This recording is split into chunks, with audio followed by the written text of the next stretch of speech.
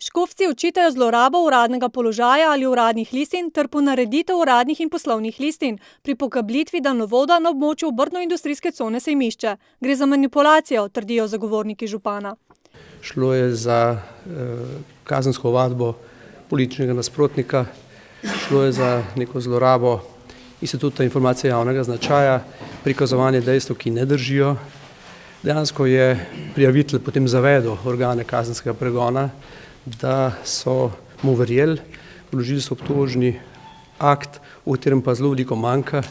Zadevo je že obravnavala Državna revizijska komisija, ki kaznivih dejanj ali prekrškov ni ugotovila, dodaja odvetnik. Če je revizijska komisija ugotovila, da je postopek pravilen in vsi dokazi, ki so še naknadno vloženi, seveda tudi o tem jasno govorijo, zato seveda smatram, da je to samo politični konstrukt nekaterih mojih bivših sodelavcev in seveda tudi nekaterih svetnikov strani opozicije.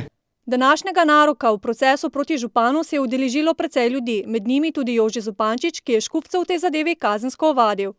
Dokumentacija je popolnoma jasna in sodišče bo odločilo, kaj je na tem. Jaz sem prepričan, da tukaj je šlo za kazniva dejanja. Jaz nimam tistega dokumenta odločbe revizijske komisije, tako da ne morem tu vedeti, kaj so pravzaprav napravili.